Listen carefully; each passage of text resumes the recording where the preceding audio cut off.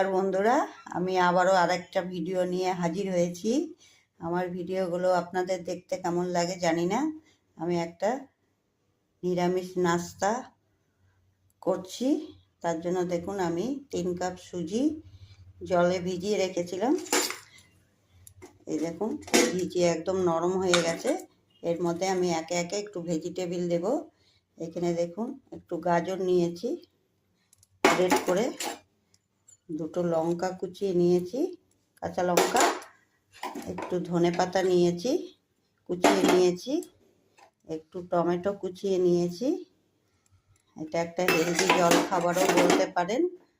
জল তার সাথে আমি 1 বাটি পালং শাক মিক্সিতে পেস্ট করে নিয়েছি। এটা দিয়ে আমি আজকে হেলদি একটা নাস্তা বানাবো। এবার দেখতে থাকুন আমি এটা দিয়ে কী নাস্তা বানাই। দেখুন, আমি ওই সব উপকরণ মিক্স করে নিয়েছি।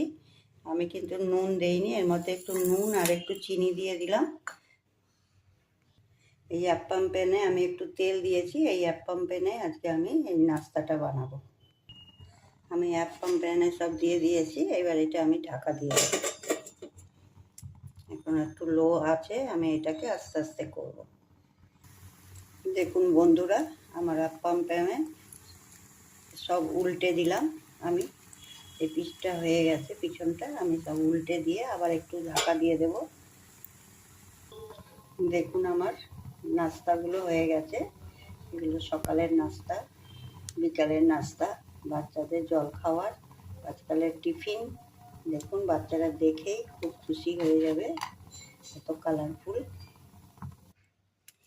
দেখুন, আমার ব্রেকফাস্টটা কমপ্লিট হলো।